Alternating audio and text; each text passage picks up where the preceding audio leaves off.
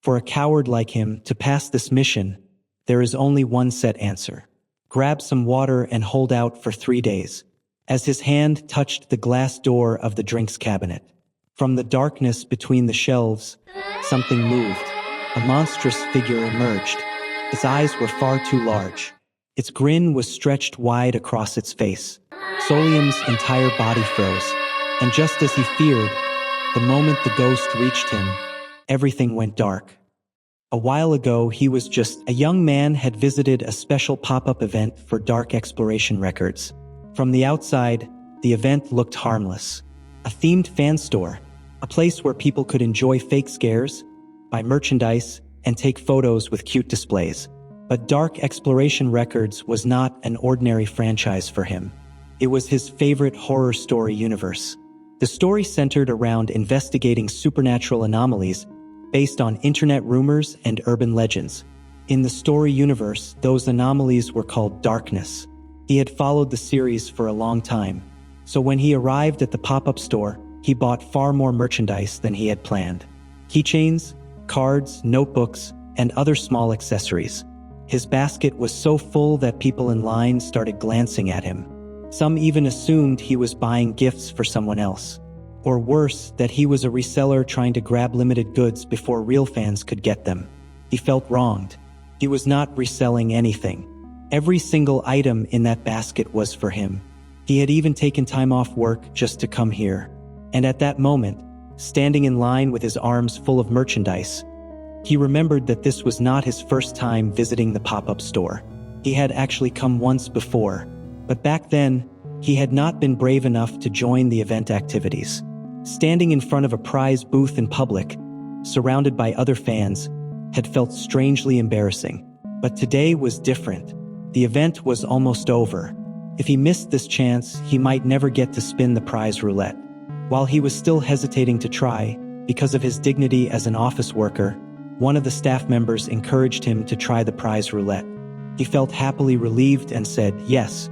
He followed a staff member in a red shirt over to the counter. The staff activated the prize wheel and explained that each section had a different reward. Then the staff handed him a small remote control and told him to press the button whenever he wanted to stop the wheel. He did not expect much. If he could win something simple like a notebook, that would already be enough. So he pressed the button. The wheel began to spin. For a few seconds, the pointer moved quickly across the prizes. Then it slowed and stopped directly on the grand prize. He froze beneath his cap. For a moment, he could not even process what had happened. The staff reacted first. The staff started clapping, cheering, and congratulating him as if he had just won something life-changing. Not long after, the staff brought out a mysterious black box marked with the glowing symbol of Dark Exploration Records. As part of the grand prize, the staff member also told him that he would receive a personalized item. All they needed was his name. He told his name is Kim Solium. The machine beside the counter lit up. Small lights flashed across its surface, and after a short mechanical hum, something slid out from the slot. It was an employee ID badge. Solium picked it up and examined it. The badge was surprisingly well made. His name was printed on it clearly, and beside it was the logo of Daydream Inc. The staff member seemed even more excited than he was.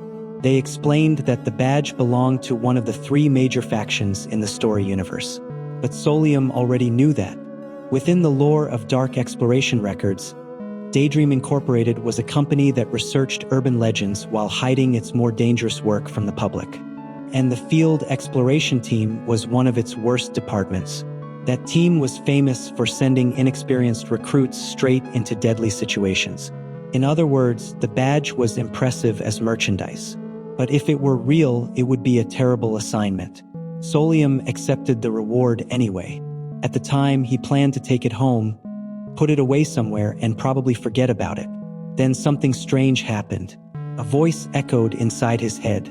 It accused him of lying. Before Solium could react, the air around him changed. Darkness gathered nearby, and from inside it, a smiling creature slowly appeared.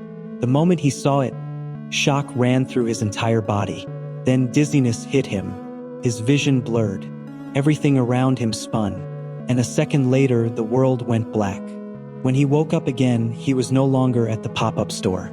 He is now inside an auditorium. Even his outfit has been changed to suit. An administrator had opened a presentation file selected as the final recommendation. As the slides began, the purpose of the company known as Daydream slowly came into focus. At first, the presentation looked almost harmless. A small cat mascot dressed in blue appeared on screen and cheerfully explained that Daydream was famous for producing highly effective hair loss treatments. A moment later, another cute mascot corrected the explanation, saying that the company was actually more focused on beauty products and skincare. Before that idea could settle, a glowing sign appeared and pushed the claim even further. According to the presentation, Daydream's work went far beyond cosmetics. The company supposedly developed every kind of medicine people could possibly need. It described itself as a remarkable pharmaceutical corporation, capable of creating cures that sounded almost miraculous. The mascots finished their introduction with bright smiles, waving goodbye and encouraging everyone to learn more about the mysterious company. Then the scene changed. A smiling presenter raised his microphone and spoke to the crowd gathered in the hall. He told them that everyone present had been specially selected as candidates. Hearing the company's name, Kim Solium in the crowd immediately became serious. He knew Daydream. He also knew the kind of reputation it had. On the surface, it was a company that achieved things other corporations could only dream of. But there was something wrong with this place. The presenter continued proudly, saying that only the most outstanding new recruits had been gathered for this orientation. Then he congratulated them. They had all been accepted into the exploration division. That was when the atmosphere shifted. Behind closed doors, this division had another name: the company's Suicide Squad. The recruits began whispering among themselves. None of them understood why a pharmaceutical company would need an exploration unit in the first place. Kim Solium found the whole situation absurd. This was supposed to be employee orientation, but the longer it went on, the more it felt like the beginning of a survival challenge. Already uneasy, he started thinking about how he could get out. Before the official hiring process could continue, the presenter announced one more thing. The presenter introduced a practical evaluation. According to him, the assessment would measure everyone's real-world ability, not their grades or their resumes, their actual performance. Then, with an unsettling smile, he said he would need everyone's cooperation. He snapped his fingers and warned them that laziness would not be tolerated.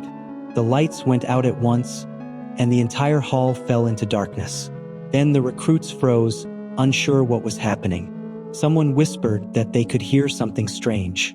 A moment later, the ground began to shake. Kim Solium felt his body tense as the tremors grew stronger. Then, as suddenly as it began, the darkness cleared, and everyone realized they were no longer in the hall. They were sitting inside a subway train. A voice came through the speakers, welcoming the passengers aboard. It explained that this train would not be stopping at any ordinary station. Then it told them to listen carefully to the rules if they wanted to complete the journey safely. Some of the recruits stared at the digital display, trying to convince themselves this had to be some kind of virtual reality simulation. Others rushed toward the doors, but no matter how hard they tried, the doors would not open. And once they realized the exits were locked, panic finally spread through the carriage. One of the girls pressed her hand against the window, still trying to figure out if this was some kind of elaborate escape room. Maybe it was a company event, or it was advanced technology. And also, maybe this was all part of the orientation. But Kim Solium knew better. This was not a joke, and it was definitely not technology. He lowered his head and stared at the employee ID hanging from his neck. Who would have thought that getting a job somehow had dragged the new employees into something much worse? Around him, the other new employees started arguing. Some were frightened, others were angry. The rest still tried to convince themselves that the company would never put them in real danger. But the badge on Solium's chest made the situation painfully clear. He had been placed in Daydream's exploration division, and now he was inside one of its tests. Then the loudspeaker turned on again. The next destination was announced: Sorrow Station. The name alone made the carriage go quiet. As the train began to slow down, the doors prepared to open. That was when Solium finally accepted it. He had not been brought into a simulation. He had been dropped into a ghost story. A black screen appeared with a short message welcoming the passengers to the Abyss transportation system. At the same time, the story behind this train started to make sense. There had once been a tired young woman walking home through the rain after work. She was exhausted, barely awake, and at some point, she fell asleep while still moving. When she opened her eyes again, she was already sitting inside a strange subway carriage. First, the train looked normal, but there was something wrong with the air.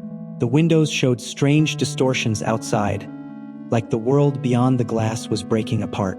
The scenery flickered with interference, turning the entire space unstable and unreal. Solium quietly watched everything around him, and piece by piece, he began to understand what Daydream was doing. The company was not just testing the new recruits. It was using an urban legend to eliminate them. The loudspeaker repeated the arrival announcement for Sorrow Station. Then it instructed every passenger whose destination was this station to leave the train. The doors slid open. A 30-second countdown appeared.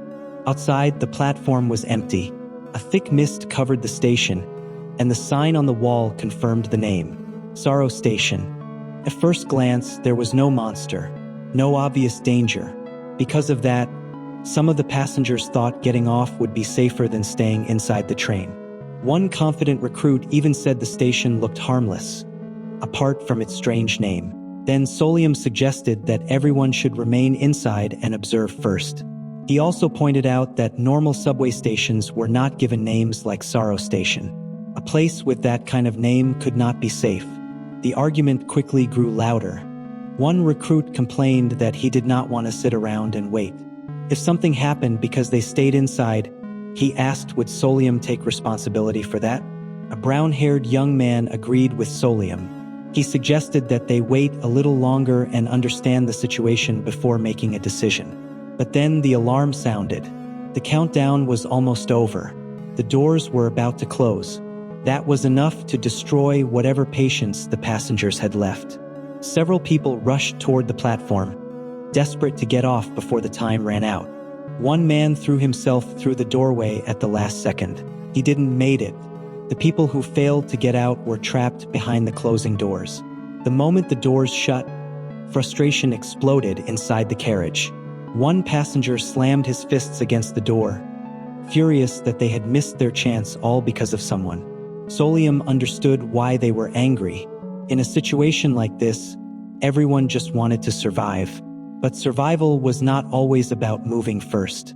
Sometimes the first people to move were the first ones to die. Then the digital display inside the train began to malfunction. The digital display shows the word "goodbye" in red, repeating over and over. Outside on the platform, two young men looked back at the passengers still trapped inside the carriage. One of them said that getting off immediately had obviously been the smarter choice. But before he could finish enjoying that thought, something dripped from the ceiling. A dark, filthy substance landed directly on his head. His companion froze. For a second, neither of them understood what had just happened. Then the entire station turned red. The mist, the walls, the platform, everything was swallowed by a crimson glow. It happened too fast. The man did not even have time to scream properly before the thing above him moved again. Inside the train, Solium watched through the windows. And in that moment, Solium said in his mind, that is the end of the incorrect. Those people had chosen wrong. And in this place, one wrong choice was enough to get someone killed. The man at the station finally realized something was wrong. Fear took over his face. Then he started running. He shouted to the others for help, screaming that something was falling from above. But it was already too late. The red fluid spread quickly across the station, crawling over the floor and staining everything it touched. Within seconds, the quiet platform turned into chaos. People screamed. The fluid is swallowing all of the matter. Inside the carriage, everyone heard the screams. Some passengers covered their ears. Others froze in place. The rest started crying. The train slowly pulled away from Sorrow Station, leaving the screams behind. But no one inside felt relieved, because this was only the beginning. The probationary test for Daydream's new recruits had officially started. That was when the truth about Daydream became harder to ignore. This company was not just some strange pharmaceutical business. Behind the public image, Daydream dealt with things ordinary people were never meant to touch. Urban legends, ghost stories, unexplained spaces, supernatural incidents known as darkness. Their employees were sent into these places to investigate, survive, and complete missions. And apparently, even the entrance exam for new recruits had to happen inside one of those stories. The remaining passengers began demanding answers. What was that station? Why had people died? How were they supposed to know which choice was right? No one had an answer. No one except Solium, at least. He had one huge advantage over the others. He had read the Dark Exploration records. For years, he had followed the Dark Exploration records. Now that he is inside the story world, possessing absolute superiority in information. In a normal story, that kind of knowledge would make someone powerful. This would be the moment where the main character uses future information, predicts every trap, and walks through danger like it was nothing. Solium wished he could be that kind of person. Unfortunately, there was one serious problem. He was a coward, a complete coward. Reading about ghosts was fine.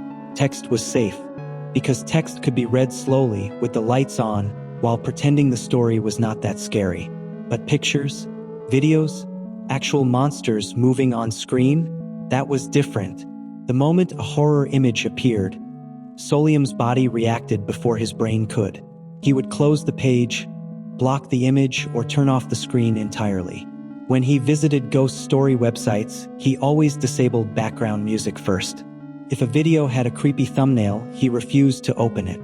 If the page used sudden effects or disturbing visuals, he avoided everything except the written text. Even though he liked horror stories, he had no desire to actually face horror himself. His friends knew this too well. They used to joke about how ridiculous it was. He loved ghost stories, but could not sit through a horror movie. There was even a time when he gave up the chance to watch a movie with a girl he liked, simply because the movie was horror. People laughed at him for that. And now, that same coward had been thrown into a real ghost story. Solium tried to force himself to stay calm. He searched his memory for anything related to Daydream's exploration division, the field exploration team. The more he thought about it, the worse his expression became. That department was famous for being a death trap, a place where dangerous work was dumped onto people who had no choice but to accept it. Looking around the carriage, Solium counted the survivors. Only 8 remained. The blood on the walls had not even dried yet, and the train was still moving. Then the speaker turned on again. The next destination was announced. Grudge Station. The moment he heard the name, Solium leaned back against the seat and felt the strength leave his body. So the next stop was Grudge. Great. As if sorrow had not been bad enough. He tried to think about what kind of ghost story might be waiting there, but the constant fear was wearing him down. His head hurt. His body felt heavy. For a moment, he almost wanted the whole thing to end already. Then he heard a strange sound nearby. Something soft rustled in the air. Solium looked up. A small shining notebook was floating in front of him. It looked like it had appeared out of nowhere, almost like a reward item. His eyes widened. He recognized it. This was something connected to Dark Exploration records. But why was it appearing here? Solium quickly looked around. None of the other passengers seemed to notice it. Some were still crying. A few were trying to comfort a young woman who had collapsed after seeing what happened at Sorrow Station. Everyone was too distracted to pay attention to him. Solium held his breath and reached out carefully. The moment his finger touched the notebook, its pages began flipping on their own. Then the notebook disappeared. A small metallic piece slipped out and fell neatly into his hand. Solium stared at it. It was a phone attachment, a simple-looking phone holder. It looked like a simple accessory, but its effect was extremely useful. Could turn memories into written information. He carefully attached it to the back of his phone. The moment it clicked into place, the screen lit up with a strong glow.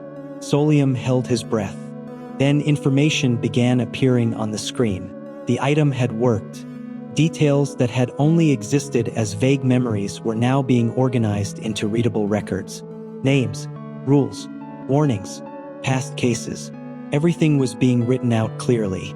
For Solium, this was a lifeline. He quickly scrolled through the information, searching for anything that could help him survive the next station. Eventually, he found archived escape records related to the train.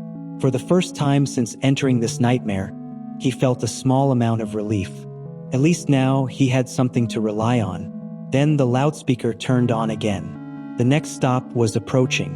Grudge Station. Solium's brief relief disappeared almost instantly. Having information was one thing. Convincing the others to trust him was another. Nearby, 2 young women were complaining that their phones had no signal. Other passengers were whispering about the station's name, wondering what kind of danger Grudge could mean. Solium listened quietly. He knew that going through the next trial alone would be dangerous. If he wanted to survive, he needed to bring as many people with him as possible. But scared people did not trust easily. And if he suddenly stood up and claimed he knew the rules of this ghost story, they would probably think he was insane. So before he could guide anyone, he first needed a reason for them to listen. Solium told himself that he was only doing this to survive. That was the easiest way to think about it. If he gathered people around him, his chances would go up. If they listened to his warnings, he would have a better chance of getting through the next station alive. That was all. At least that was what he wanted to believe. But the truth was, he could not completely ignore the others either. They were terrified, confused, and most of them had no idea what kind of place they had been thrown into. What made it worse was that hiding was not an option. Neither was running away. Solium remembered some of the stations mentioned in the records. There were stations filled with countless staring eyes. Also, stations swallowed by complete darkness. And stations controlled by monsters that could twist the entire space upside down. If he had to face places like that alone, he would probably faint before taking 3 steps. So even if his reason was selfish, he still needed these people. And he needed them to trust him before the next station arrived.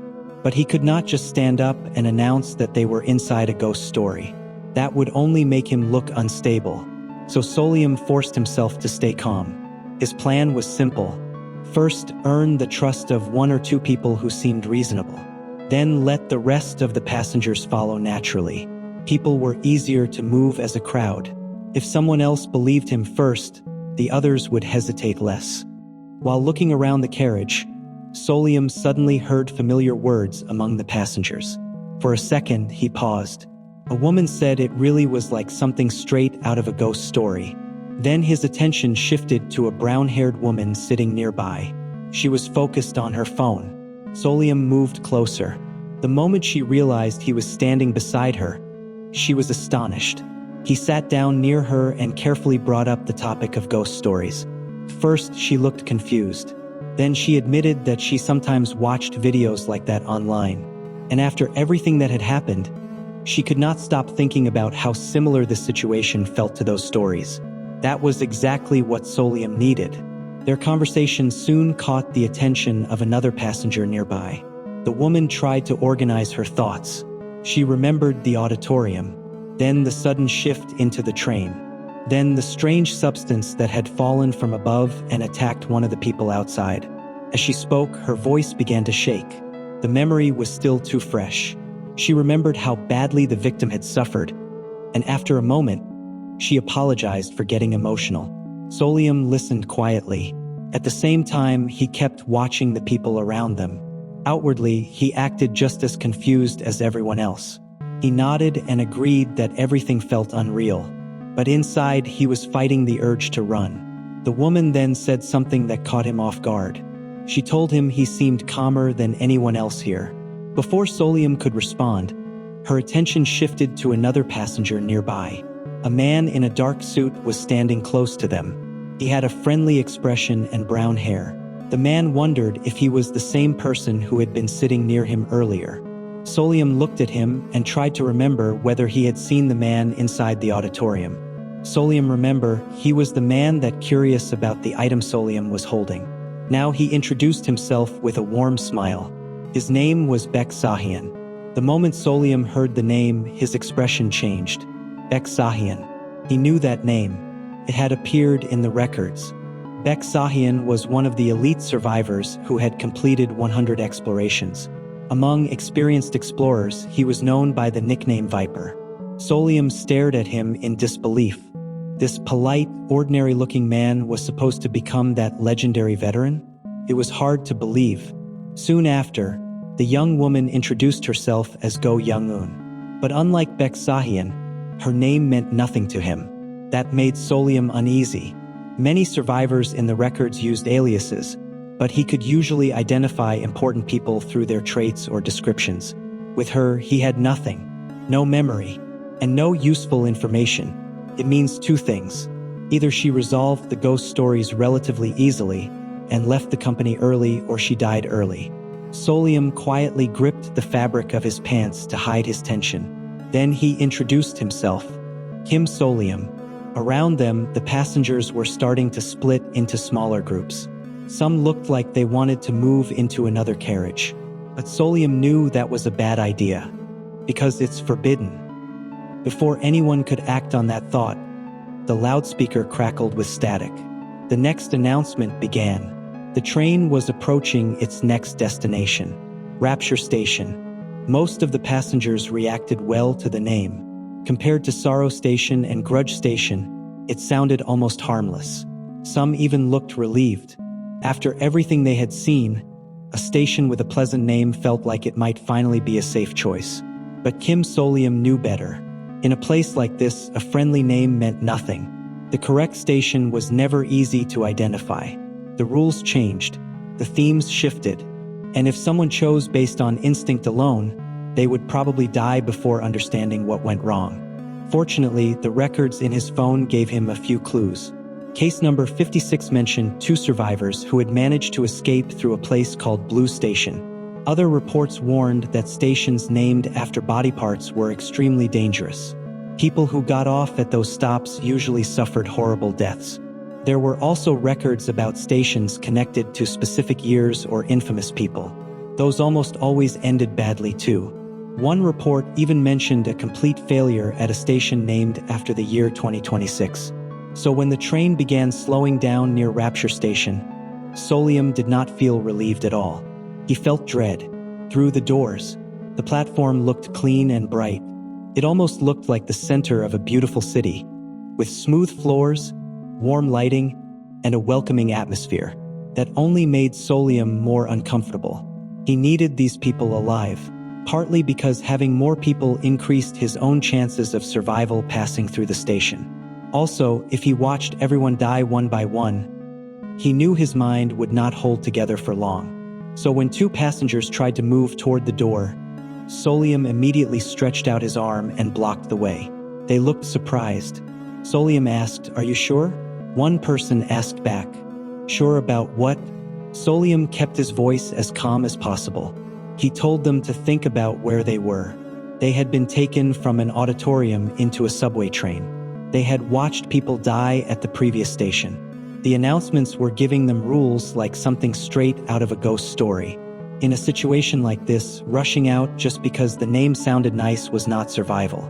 It was gambling, and this was not the kind of place where a wrong guess could be taken back. Not everyone liked hearing that. One irritated woman told him to move aside. Solium did not move.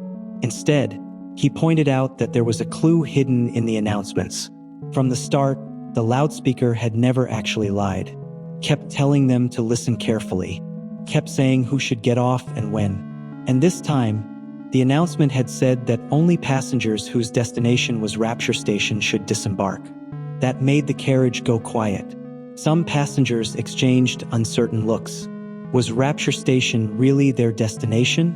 Or was the train simply testing whether they would assume it was?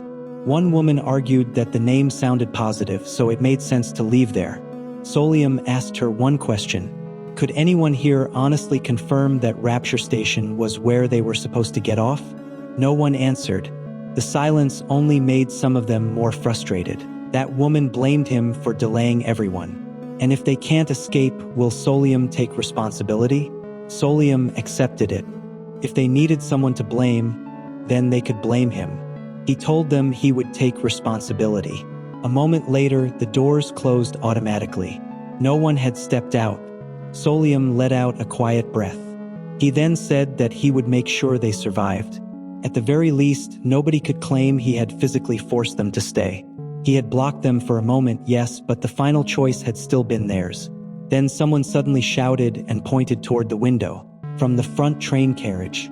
The people inside that carriage had not hesitated to get outside the carriage. Several passengers had already stepped out onto the bright, welcoming station. For a few seconds, nothing happened. The platform looked peaceful, normal. Then one of the people outside stepped into something sticky. A yellow substance clung to his shoe. He tried to pull his foot free, but the golden liquid stretched with him, wrapping around his leg like glue. His expression changed. Panic spread across the platform as more people realized they had stepped into the same substance. Some tried to run. Others fell. The yellow liquid spread faster than they could move. Then it began burning through them. Their skin, clothes, flesh, everything it touched dissolved as the substance dragged them down. A blinding yellow light swallowed the platform. The screams lasted only a moment. When the light faded, there were no bodies left. Inside the train, no one spoke. They stared through the glass, frozen by what they had just witnessed. Then the loudspeaker calmly announced that the train was departing from Rapture Station. As the platform slipped away behind them, one shaken passenger grabbed Solium's arm. His hands were trembling. He reminded Solium of what he had just promised, that Solium had better keep them alive. The passenger holding Solium's arm looked desperate. He asked if there really was a safe station, a place where they could actually get off and survive. Solium forced himself to keep a calm face. He told him yes, there had to be one, and he would find it. On the outside, he sounded confident. Inside, he was barely holding himself together. His heart was racing. His thoughts were a mess. Every new announcement felt like another knife pressed against his throat. But he could not show that. Not now. Nearby, Beksahian quietly watched him.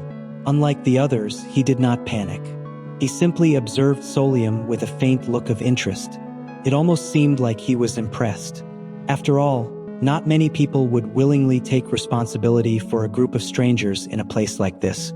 Even if the promise was reckless, it still took courage to say it out loud. And for some reason, Beksahian seemed to be waiting to see whether Solium could actually keep it. Solium noticed his gaze and decided to test him. He asked Beksahian if there was any station he thought they should choose. Beksahian smiled lightly and said he had no idea. But that answer only made Solium more suspicious. If this man really was the Beksahian from the records, then he should know far more than he was letting on. Someone who had survived this kind of trial before would not be completely clueless. Before Solium could question him further, the loudspeaker crackled again. The train was approaching a sharp curve. All passengers were instructed to remain seated. This time, no one argued. Everyone immediately sat down. A moment later, the train began to tilt into the curve. At the same time, a violent noise erupted from the front carriage. It sounded like people were fighting. The screams spread through the train, and the survivors in Solium's carriage tried to persuade them to sit down. Solium closed his eyes for a moment. He understood what had happened. Someone in the front carriage must have ignored the announcement, and now it was already too late to help them. The train rounded the bend. The sound of the tracks grew so loud that it drowned out the screams from the next carriage. By the time the curve ended, the noise had stopped.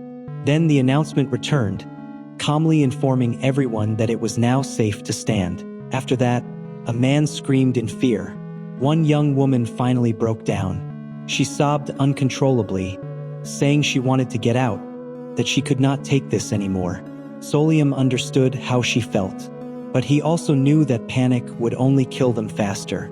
The announcements were not just background noise. They were rules, and right now, those rules were probably their only chance of survival. Then another alert sounded. The loudspeaker announced that there is a lost item in the train. The moment Solium heard those words, his expression changed. He knew this one. This was a famous escape rule. According to the announcement, the rightful owner of the lost item would be allowed to leave safely at the next station. For a brief second, hope returned to the carriage. But then the announcement continued. It began describing the item. The owner was 20 years old. Everyone listened closely. Then came the final detail. The lost item was the left eye of an adult male with blood type A, and the carriage fell silent. The announcement repeated the instruction in the same calm voice, that the item had to be handed over at the next station. Solium felt a chill run down his back. He remembered reading about a similar case in the survival records. He quickly checked the information on his phone. The result confirmed what he had feared. The so-called lost item was a special escape pass. Whoever submitted it would be allowed to leave the train safely. But there was one problem. Could only save one person. For a moment, Solium considered ignoring the rule entirely. Maybe they did not have to follow it.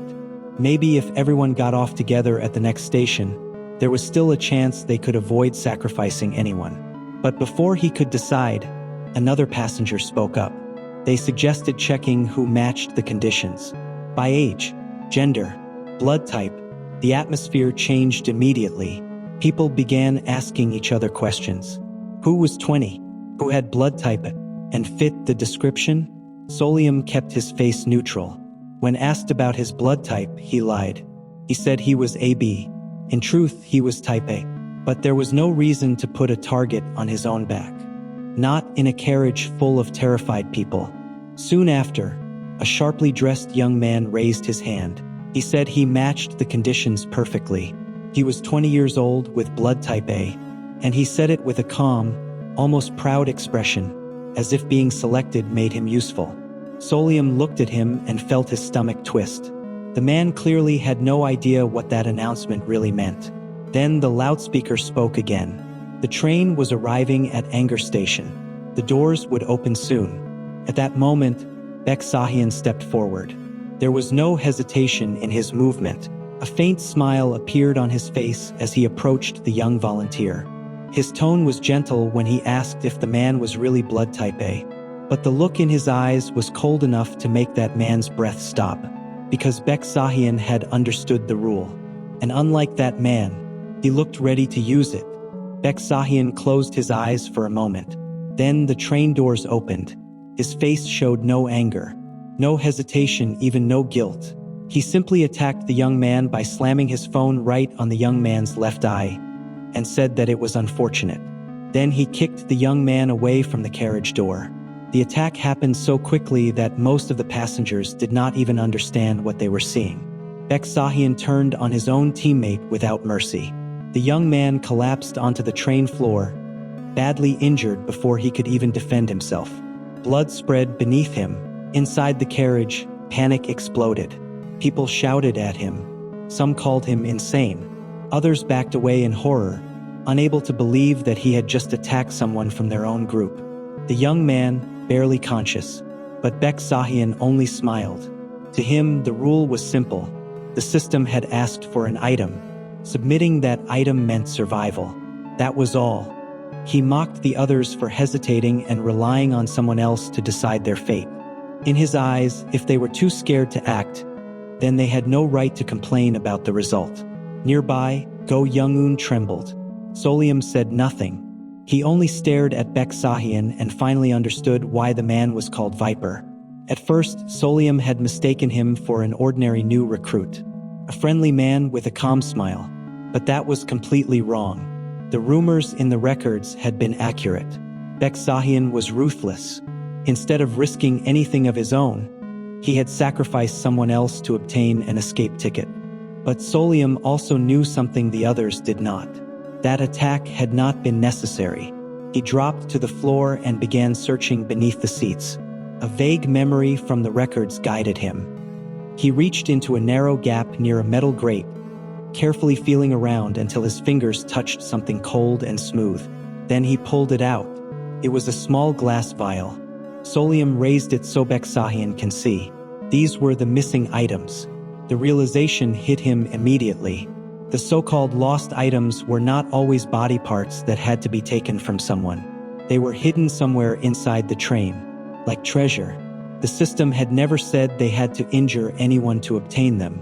Baek Sahyun had simply chosen the fastest and cruelest method. Solium looked down at the vial. Inside the liquid was a left eyeball for blood type A, which glowed faintly as it floated in place. Across the carriage, Baek Sahyun noticed it too. For the first time, surprise appeared on his face. But before anyone could say anything, the loudspeaker interrupted them again. The voice politely asked the passengers who had disembarked to wait. Then it announced that an employee would provide assistance. The moment those words finished, several needles appeared without warning. They shot toward Baek Sahyun in the left eye. He had no time to react. His body jerked in shock, and the passengers inside the train could only watch as the system carried out its next step. Then the announcement calmly reported that the required item had been successfully transferred to the team. Back inside the train, the survivors were still shaken. Some whispered about the screams they had heard.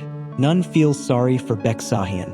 One passenger checked the wounded man and said his injuries looked serious. Then they asked if anyone knew how to treat him. Go Young-eun spoke up quietly. She said she had studied medicine in college before changing fields. That gave the group at least a small chance to help him.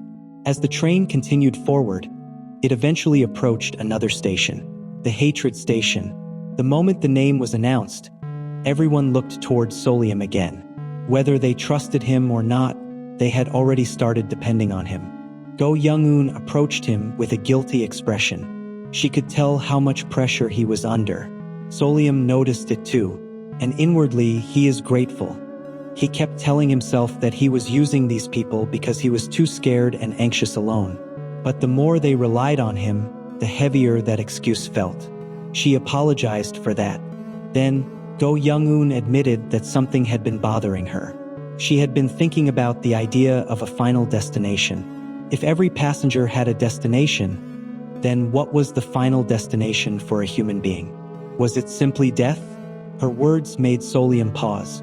Because in a ghost story like this, that kind of thought did not feel like a metaphor. It felt like a clue. Go Young-eun's idea sounded strange at first. But the more Solium thought about it, the more sense it made. She admitted that she had wanted to say it earlier, when everyone first started talking about the final destination. But she held back because the thought sounded too depressing.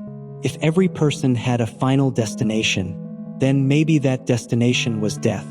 Most people would have dismissed the idea immediately, but Solium did not. Instead, he praised her. He told her that her way of thinking was actually useful. The compliment caught Go Young-eun off guard. For a moment, she looked genuinely surprised, as if she had not expected anyone to take her seriously. Solium, however, was already thinking ahead. A faint smile appeared on his face. He felt like he was finally starting to understand the logic behind this train. His thoughts returned to one word: destination. Then he looked at the station display. The next stop was Peace Station. At first, the names of these stations had seemed random: sorrow, grudge, rapture, anger, and hatred. But once he looked at them from the right angle, the pattern became clearer. This train was not simply testing whether the station names sounded good or bad. It was testing whether the passengers matched the meaning behind them. Solium remembered the previous records. In one case, survivors escaped through Blue Station because none of them possessed anything blue. In another case, most passengers survived the serial killer station because they were not serial killers. So if this current route was based on emotions, then the answer should follow the same logic. The safe station would be the one tied to something they did not have. And right now, what emotion was missing from this group? The answer was obvious: it's peace. In a normal situation, people could feel anger, sadness, fear, frustration, or even excitement.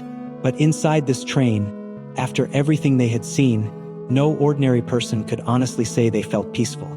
No one here was calm, and no one was relaxed enough to match the meaning of that station. Then the alarm rang.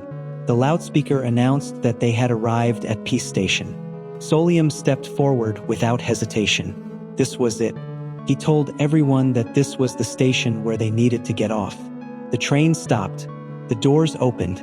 Solium reached out to help the wounded young man move. The injured young man accepted his support, still weak but grateful. One by one, the others followed behind them. Solium stepped out first. The moment his foot touched the platform, he knew there was no turning back. The station was nothing like its name, and the walls were covered in blood. Even the air felt heavy. The corridor ahead looked narrow and silent.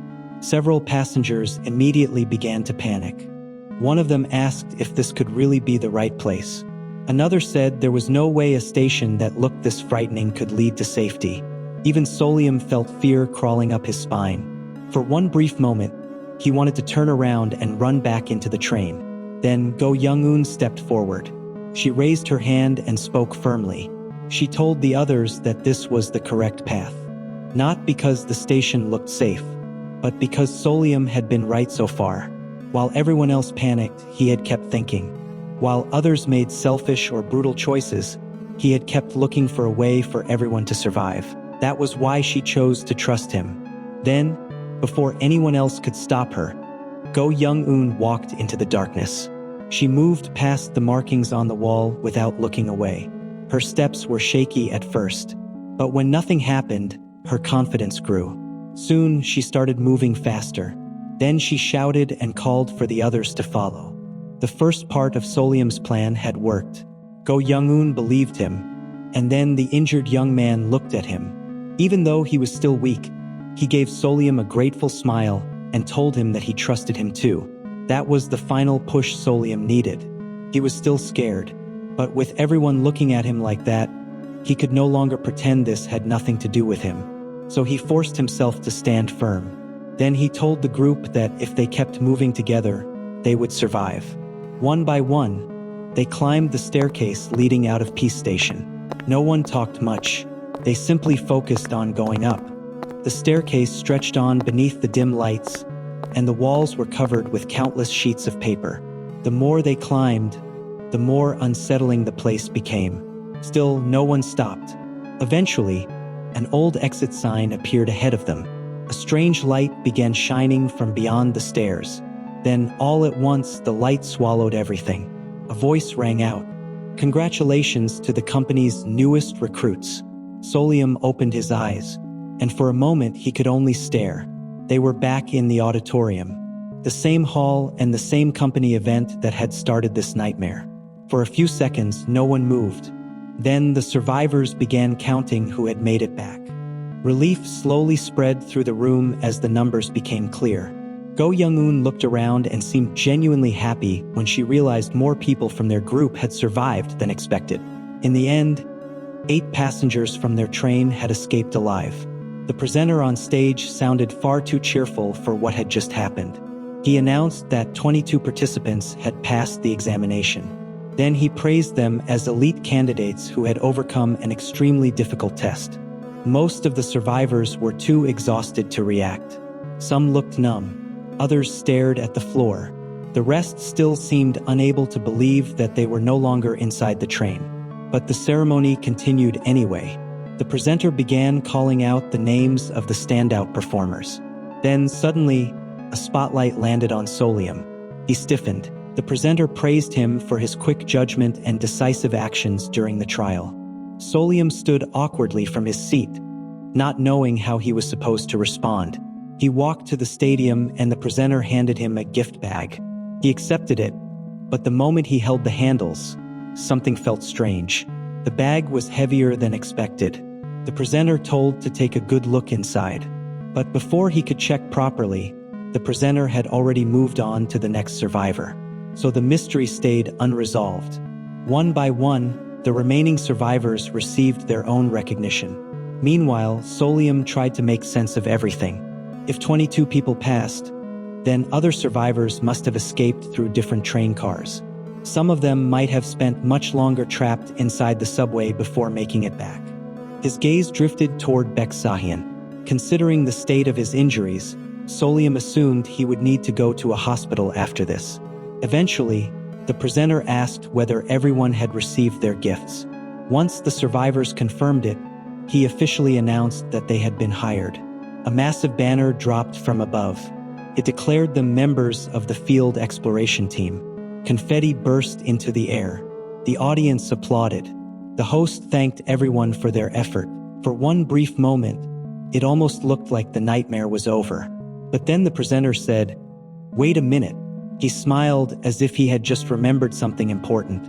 And with that same unsettling expression, he said that not everyone present had truly earned their place. According to him, fairness required consequences. Anyone who failed to contribute during the test should not be allowed to pass simply because they survived. Before anyone could react, several recruiters began to become a strange, multicolored substance. Their bodies dissolved before they could even scream. Solium watched in disbelief as they got liquidated one person after another. The room that had just been filled with applause turned into a horrifying scene. And in only a few moments, the number of survivors was cut down again. 22 had passed the test, but after the company finished judging them, only 13 remained. Daydream Incorporated doesn't just test its employees. They eliminate anyone deemed unusable. The reality of that finally sank in.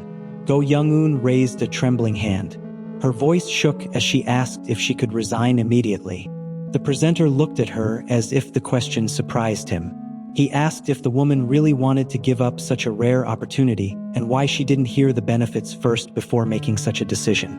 The woman did not answer right away. What she wanted was not encouragement. She wanted a guarantee. So she asked if she would be allowed to leave safely after she listened to the benefits. The presenter smiled and told her that there would be no punishment. She was free to leave. But the way he said it did not feel comforting at all. There was still something unpleasant in his smile, as if he already knew her decision might change after she heard what came next. Solium stayed quiet. The presentation continued. Then the host revealed the company's greatest reward. On the giant screen, a glowing potion appeared. The liquid inside shimmered with a strange, almost unreal light. The presenter introduced it as the ultimate prize for those who remained with the company. He spoke proudly, claiming that Daydream Incorporated possessed pharmaceutical technology far beyond anything the outside world could imagine. Then he snapped his fingers. According to him, it was time to unveil the company's greatest achievement. Everyone's attention moved to the glowing liquid on the screen. The presenter called it a miracle potion, a potion capable of granting wishes. To prove it, the presenter decided to demonstrate the potion's power himself. He uncorked the vial. Whispers spread through the survivors. Some wondered if it was real. Others began asking what kind of wish it could actually grant. Then, he drank the potion, and just like the name, a miracle happened. The presenter's face became younger and even cleaner. According to him, this potion could even reverse time. The room fell quieter. The presenter continued by praising the field exploration team. He claimed that the employees in that division consistently produced the company's best results. Then he added that the 10 employees who had reached the potion the fastest had all come from that same team. Solium listened without reacting. He did not trust the speech. It sounded too polished, too carefully designed to make terrified newcomers forget the danger they had just survived. The presenter talked about success stories, but Solium could only think about the number of people who must have died before anyone reached that prize. The field exploration team might produce the strongest employees, but that was probably because everyone weaker had already been killed along the way. Still, there was one fact no one could ignore. They had seen too much to dismiss the potion as a simple lie. In this place, miracles could exist. A heavy silence settled over the auditorium. Then a long-haired recruit slowly raised a hand. He asked the question that many people were probably thinking. Could the potion bring the dead back to life? The presenter reacted as if he had been waiting for that exact question. With a knowing smile, he said the company already had an answer. Then the presenter began speaking dramatically. At first, he described what ordinary people would assume. That resurrection was impossible. It's something beyond human reach. Then his expression changed. He clenched his fist and rejected that idea completely. According to him, the precious potion could truly fulfill any wish its owner desired. Go Young-un and everyone listened closely, because no matter how terrifying Daydream Incorporated was, the temptation in front of them was almost impossible to ignore. Then the massive black doors at the back of the auditorium swung open. Blinding white light poured into the room. The presenter announced that anyone unwilling to accept this dangerous opportunity was free to leave. No one would stop them, but those who chose to stay had to do one thing.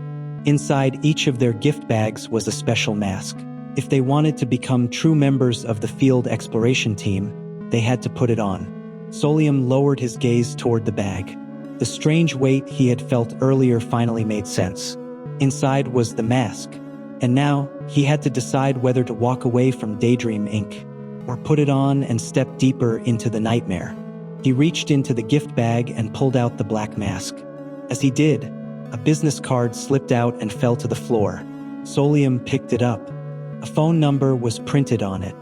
That was when he remembered the instruction from earlier. They had been told to check the contents of their gift bags carefully. He looked back at the mask in his hands. At first glance, it seemed like a simple accessory, but there was clearly more to it than that. The company system explained that all members of the field exploration team had to wear these masks. Each recruitment class was assigned a different animal theme, so the company could identify groups by design. At that moment, he wanted to give up on the job and run away. But this world was filled with deadly urban legends, strange rules, and monsters that could appear without warning. If he left Daydream Incorporated now, there was no guarantee he would be safe outside. In fact, he might become even more vulnerable. So after thinking it through, Solium reached an uncomfortable conclusion. If he wanted a real chance of escaping this nightmare someday, staying with the company might be his only option. Nearby, Go Young-un was also looking through her gift bag with a serious expression. Solium glanced around the room and noticed something interesting. Even after everything they had just survived, none of the remaining recruits were leaving. One by one, they began putting on their masks. The moment the masks touched their faces, the shapes started to change. Each one adjusted to its owner, forming a unique design. Solium wondered what form his own mask would take. Then the answer appeared. Dark antlers grew from the mask, giving it the shape of a deer. Go Young-un stared at him curiously, trying to figure out what animal his design represented. Then she put on her own mask. A pair of curved goat horns formed on it. A bright signal flashed through the room. The system announced that the probationary period had officially ended. With that, the masked survivors were recognized as full employees of Daydream Inc. At the same time, Solium's notebook began to glow. A new notification appeared on the screen. He had unlocked a reward. The exploration registration system informed him that a rare loot box containing additional items was now available. Solium was tempted to open it immediately, but after everything that had happened, he decided not to do it in front of everyone. He would check it later when he gets home. But just now, he realized that he had no home in this world. After the event ended, Go Young-un greeted him cheerfully when they met near the elevator. Solium returned the greeting, though his mind was still heavy. As they waited, she asked if he had also received company housing assistance. Solium said yes. He had checked his phone earlier and found something disturbing. Every attempt to search for his old address came back invalid. His family contacts were gone. His personal information was gone. Every trace of his previous life had disappeared from the device.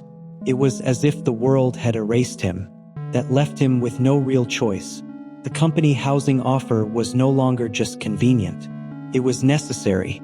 So, without knowing what kind of danger might be waiting there, Solium accepted the accommodation. Meanwhile, Go Young-un explained that 7 of the 13 surviving recruits had been assigned company housing. She admitted the building felt a little strange, but still thought it was useful to live close to work.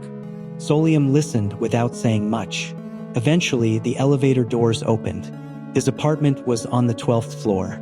As he stepped into the hallway, he could not shake the feeling that Daydream Incorporated wanted to keep its employees close. Not just for convenience, for control. Then he stopped in front of his door, took a breath, and opened it. The moment Solium opened the door, Baek Sahyun was sitting calmly at the table, scrolling through his phone. Solium froze in the doorway. Out of all the people he could have been assigned to live with, his roommate had to be the ruthless veteran who had survived the subway test with him. Whether he liked it or not, the two of them would now be sharing the same apartment. The room fell into an awkward silence. Solium remained near the entrance, unsure how he was supposed to react. His eyes moved toward Beksahian. The man's injuries had already been treated, and an eye patch covered his removed left eye. Solium wanted nothing to do with him, so he simply said in his mind that he was going to his room to rest. Then he walked away, hoping to end the conversation before it started. But Beksahian said hey to him. His voice was sharp enough to make Solium pause. Slowly, Solium turned back and responded, "Hey?" He kept his grim expression, waiting to hear what the man wanted. Beksahian did not hold back. He criticized Solium's behavior during the test, calling it unreasonable and irritating. He made it clear that he did not like the way Solium had acted. He asked if it was fun for him to see someone's eyes get plucked out. Through the entire outburst, Solium stayed quiet. Then, without saying anything at first, he stepped closer. He gripped Beksahian's shoulders tightly. A faint, unsettling smile appeared on Solium's face. Then he said something that made the room go cold. He admitted that watching what happened during the test had been entertaining. He even said he hoped they would keep working together, because he wanted to see more situations like that in the future. Beksahian stared at him. For once, the man seemed genuinely disturbed. He had expected fear, maybe anger, but he had not expected Solium to speak like that. Solium kept the act going until the end. With the same calm smile, he gave Beksahian a friendly farewell and said he hoped their careers at Daydream Incorporated would stay exciting. Then he finally left and walked to his room. The moment he was alone, the smile disappeared. Relief washed over him. If he had kept that act going for even a little longer, he might have looked truly insane. But that was the point. Back at his previous job, Solium had learned how to deal with difficult people. And Beksahian was exactly the kind of person who needed to be handled carefully. He is very dangerous and full of confidence, like a god complex, and the type who preferred to control the situation by forcing others to react to him. Against someone like that, showing fear would only make things worse. So Solium chose the opposite. He bluffed. What he said about working together is a lie because the chances of new recruits working together are very low. A defensive performance. If Beksahian saw him as strange, unpredictable, or difficult to intimidate, then maybe he would think twice before targeting him. After that, once Solium entered his room, he was surprised by what he found. The place was fully furnished. There was even a private bathroom. Weekly cleaning service was included. And despite the low rent, the desk had been neatly prepared with small gifts and snack packages. Solium looked around and gave a weak smile. Maybe the company offered benefits like this because it knew its employees would otherwise quit immediately. As he examined the room, he noticed a small black diary resting on the furniture. Curious, he picked it up and opened it. The first thing he saw was a warning written in red. "Run away." Solium stared at the words for a moment. Then he closed the diary slightly. In his mind, he appreciated that warning from the senior recruit. But at this point, it's already too late to run away. After that, Solium finally sat on the bed. The bed was comfortable. Now he had something important to check. The reward he had earned. A glowing notebook appeared above him, floating quietly. Solium stared at it for a moment before carefully reaching out. The moment his fingers touched it, the pages began flipping rapidly. Then something dropped.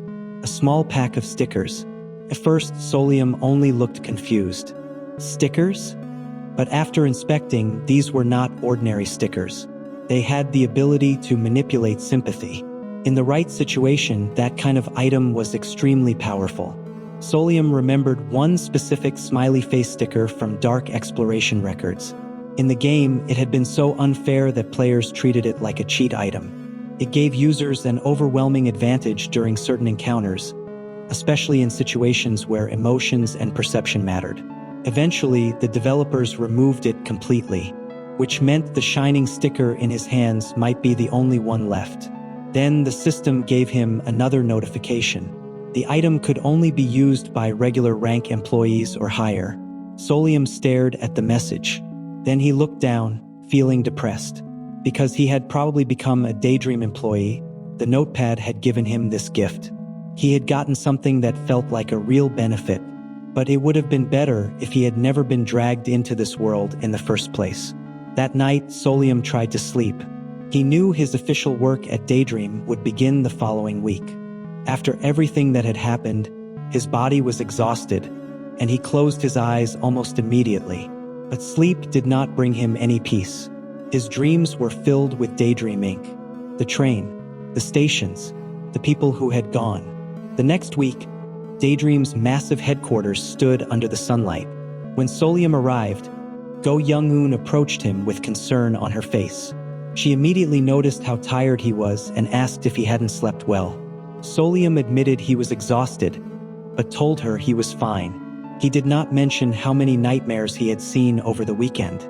The two continued talking as they entered the elevator. Go Young-eun said she was heading to the 10th floor.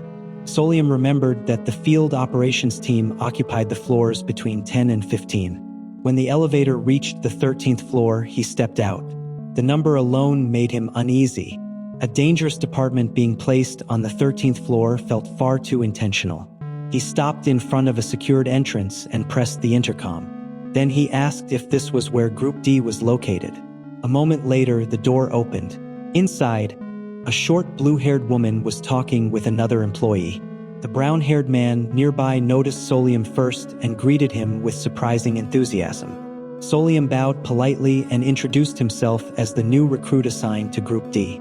The man introduced himself as Park Min-seong, a supervisor. Beside him was Eun Ha-ji, a deputy. She looked at Solium with a faintly sarcastic expression. Solium felt a little relieved. At least they didn't treat him harshly from the start. However, that relief didn't last long. Eun Ha-ji said that Group D had a nickname derived from the letter D, meaning deceased, because all the new members died. But she added that it was just a joke. Hearing that, Solium thought, should he quit already? Even so, the veteran members welcomed him in their own way. Solium responded with polite formality. But Park Min-seong quickly told him he did not need to act so stiffly. He told Solium if he work here for a year, he will become a supervisor in no time. Eun Ha-ji then added a dark joke. She said there was no point worrying too much about promotions when he might die before getting one. He also said that quitting his job would be much easier. Consider all the other jobs in the world. However, in Solium's mind, no matter what job he chose, he would likely still end up in a ghost story. Before she could continue any further, Park Min-seong praised him. Apparently, Solium had ranked first in the entrance exam. They are curious how he manages to achieve that. But Solium simply answered that he just worked hard. Then, Park Min-seong explained that the team leader was currently away on a mission. Since there was nothing else to do for the moment, he told Solium to sit and wait. Solium quietly took a seat. Then, during that brief pause, an old radio on the table suddenly turned on by itself.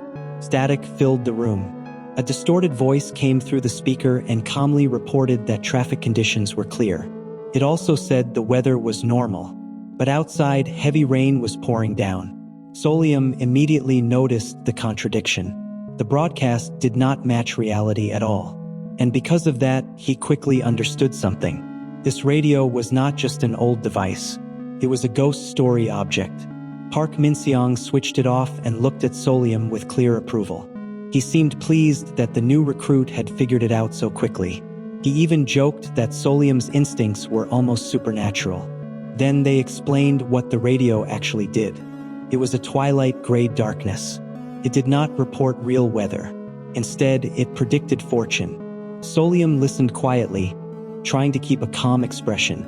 Park Min-seong said that this must all feel strange to him.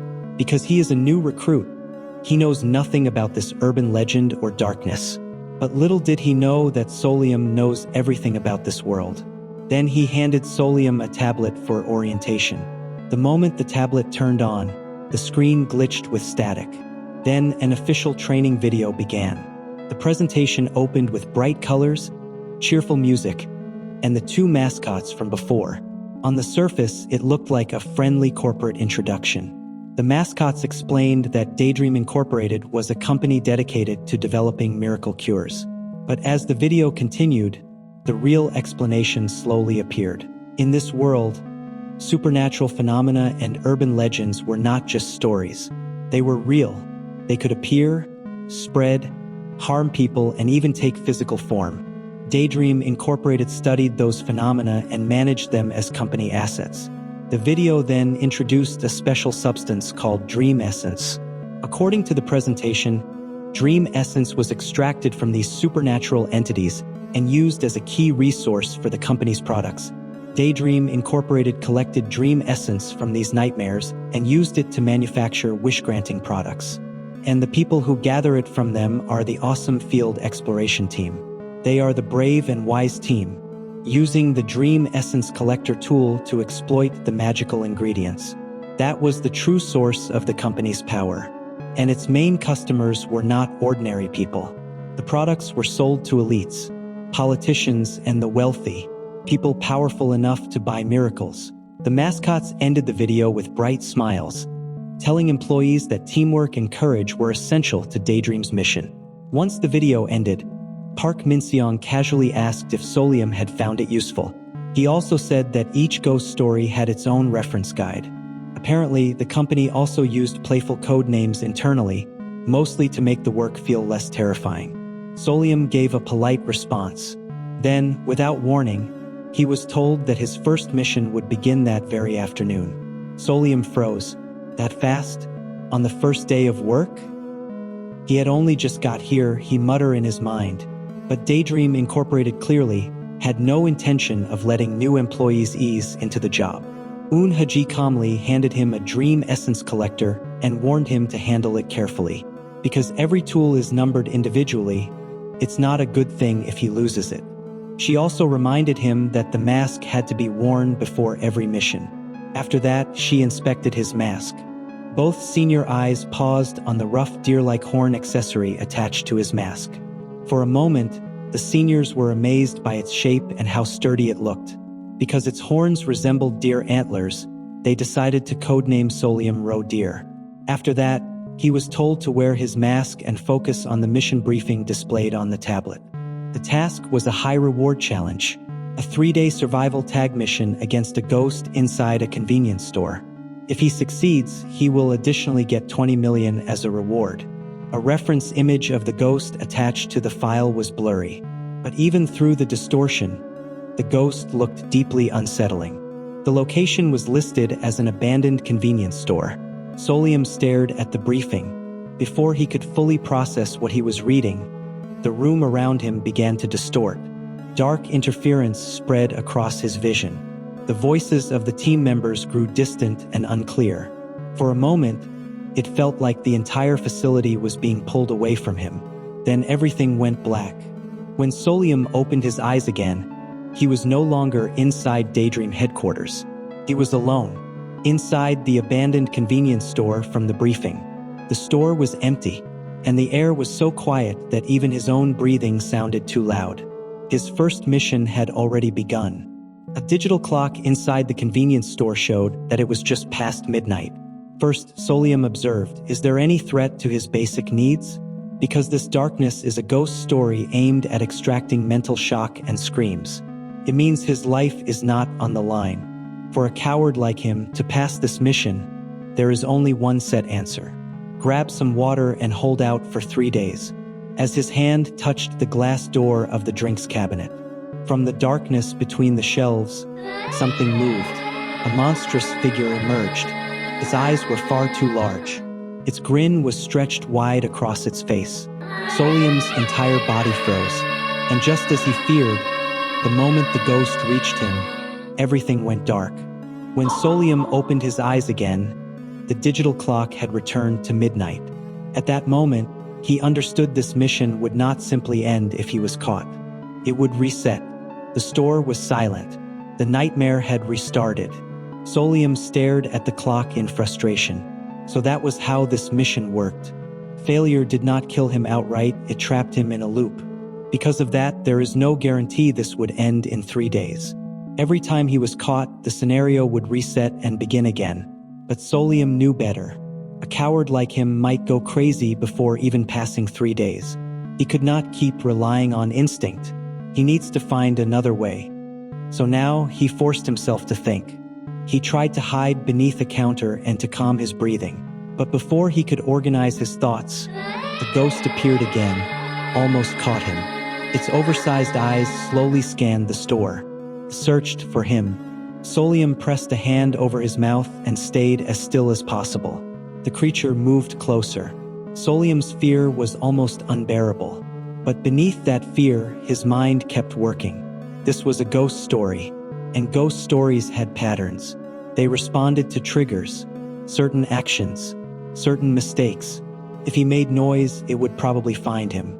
Also, he can't use his phone carelessly. The screen light might expose him. So instead of moving, he closed his eyes and searched through his memories. He needed a case, anything that could explain how this kind of scenario ended. Then one memory surfaced. It was an exploration record of the field exploration teams. Team J was surviving for 12 hours in an abandoned hospital at night. But something went wrong. Instead of ending on time, the scenario took an extra 4 hours to end. A case where an anomaly in time was introduced to a dark exploration. While the ghost behind him, Solium tried so hard to remember the exception in the details of that exploration. And then something clicked. He remembered it now. That is because they didn't receive the notification that the doctor's shift had ended. The cause was surprisingly simple. A member of the team accidentally severed the phone line. The whole situation only stopped once the connection was restored and the doctor anomaly answered the shift change call. Then the doctor disappeared. That detail gave Solium an idea. Ghost story were not just random horror events. They worked more like systems. They had triggers, conditions, start points, end points. And because people kept retelling and distorting those legends, loopholes could appear inside them. If he could find the right condition and trigger it early, he might be able to force the mission to end before the full 3 days passed.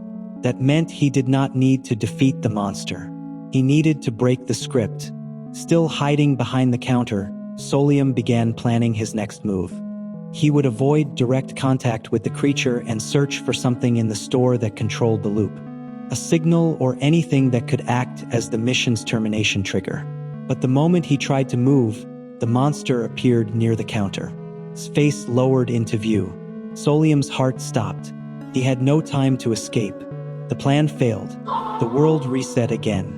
When he opened his eyes, he was back at the starting point. The clock had returned to midnight. The convenience store was silent once more.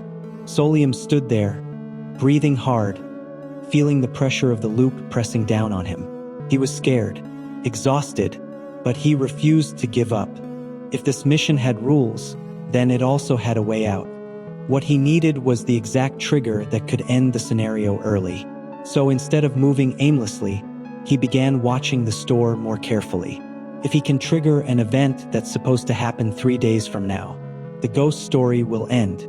Slowly, Solium started to notice something. Today's date is April 4th. He starts guessing what would happen in a convenience store after 3 days. Solium scanned the shelves, searching for something simple, something countable. Then his eyes stopped on the packaged food. Expiration dates. The convenience store had rules. Products had to be checked. Expired items had to be removed. If he finds a product with an expiration date 3 days from now and registers it for disposal early, then it might be the answer. Solium searched through the shelves until he found a lunchbox with the right expiration time. The date lined up almost perfectly with his theory. Now he just needs to register the expired items on the computer. He positioned himself carefully and waited for the right moment. But when he looked at the counter, he saw the ghost there typing on the computer. But fortunately, that was just his imagination. The ghost hasn't appeared yet. Solium's hands were shaking, but he forced himself to move. He slipped toward the register and accessed the system.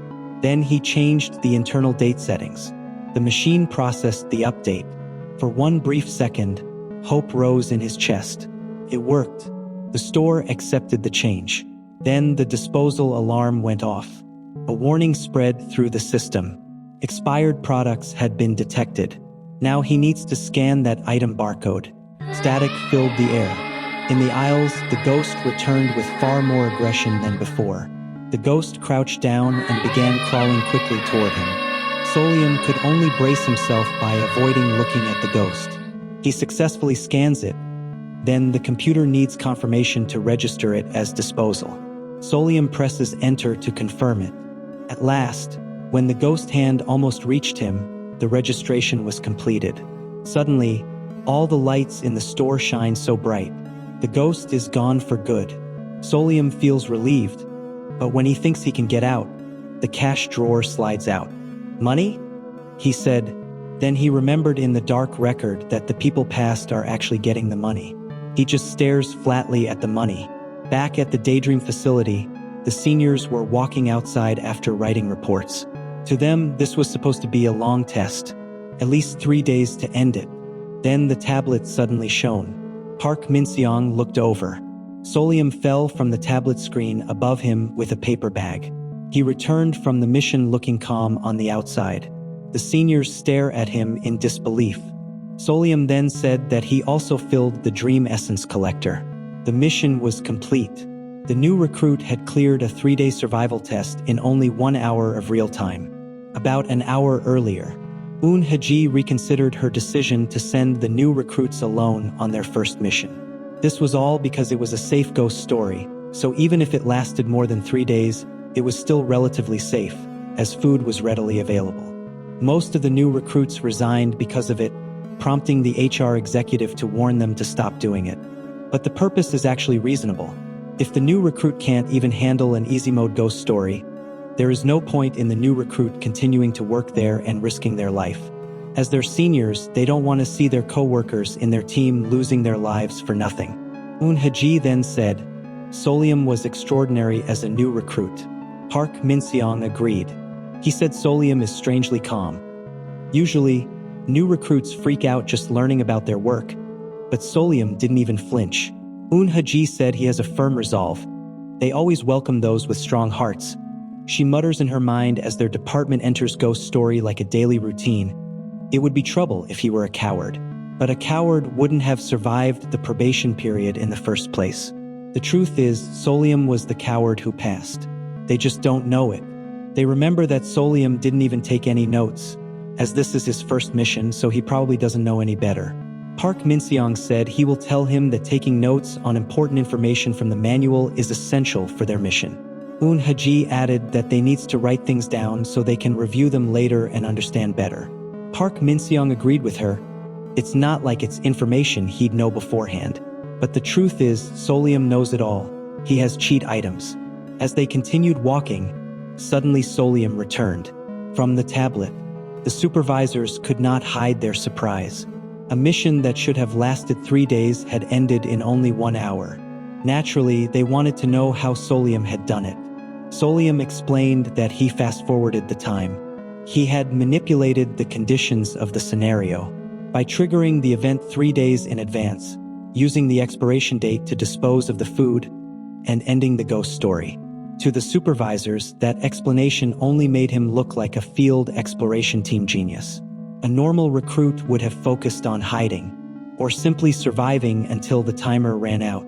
But Solium had looked at the anomaly as a system and found a way to break its logic. They won't let him quit. They want Solium to adapt well because they will never find another recruit like him again.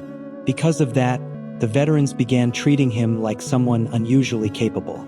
Even Eun Haji said he will soon become a deputy.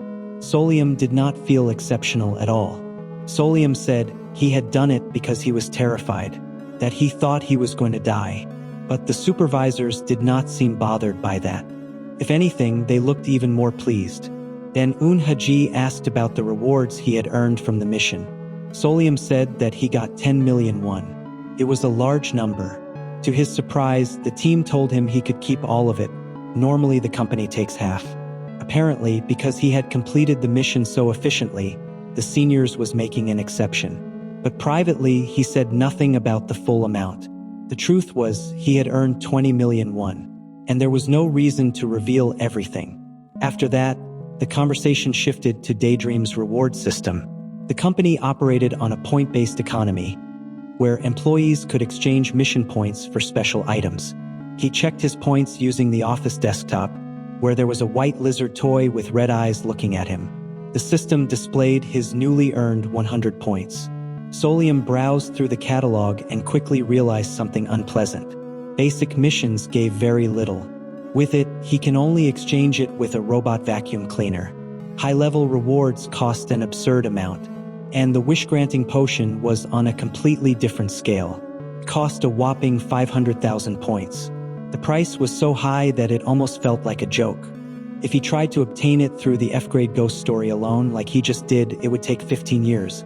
And maybe he could speed things up by taking a higher rank ghost story, but let's just say he takes grade B, which gives 10,000 points. But he is not going alone. Assume it's 3 people, he will get around 3,300 points. Which is, if he wanted to get 500,000 points, he still needs to do it 150 times. It's insane because the survival rate of a grade B ghost story is 2%. He thinks he probably will not survive before reaching 150 times. While Solium was thinking, Park Min-seong suddenly came over and asked if he had recorded his points correctly. Solium replied yes, then asked, "What's on this table?" Park Min-seong explained that this was their team leader's desk. He was still out on field duty. That gave him an idea.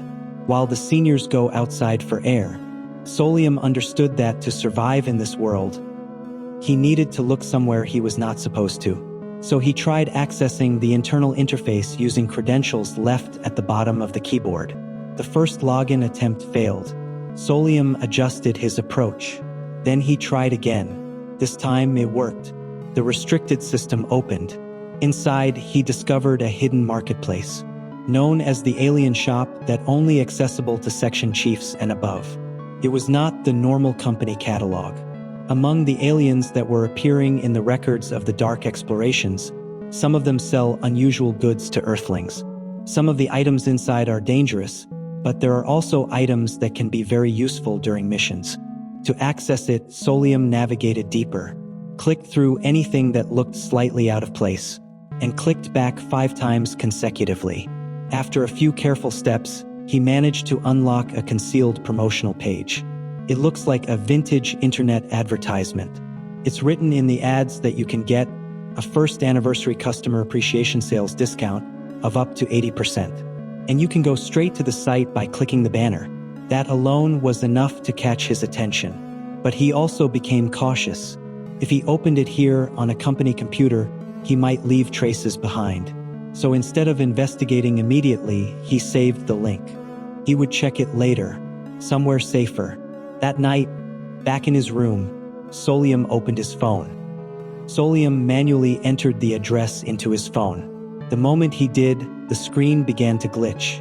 Colors distorted. Strange code patterns flashed across the display. For a few seconds, the phone looked like it was struggling to load something that was not supposed to exist. Then the hidden website finally opened. What appeared on the screen was an online marketplace, but not a normal one. It's a cosmic shopping mall selling cool stuff from outer space. The entire page had a strange space theme. The design was poorly optimized, almost as if someone had built it without understanding how human websites were supposed to work. But Solium did not care about the appearance, so he clicked to see the items. A pixelated alien guide appeared on the page and introduced the shop. The catalog was filled with bizarre items. It didn't look like items for defeating ghosts or monsters, but Solium thinks these are truly extraordinary. He recognized half of the listed items: the cutlery, the walkie-talkie, and the picnic set, but the other 2 were completely new to him. One item named We Help caught his attention because of its high price, but the cost was far too much for him to consider right now. So he ignored it and focused on what he could actually afford with the 20 million one he had gotten from the mission before. After comparing the options, Solium made his choice. The payment went through smoothly. Purchase successful. His money was transferred to the alien merchants, and a message appeared saying that the order had been shipped through rocket delivery. Solium stared at the notification. Rocket delivery. Before he could decide whether that was a joke or not, a countdown appeared on the screen. Within 3 seconds, 2 packages fell into his hand from a portal in the ceiling. The delivery was absurdly fast.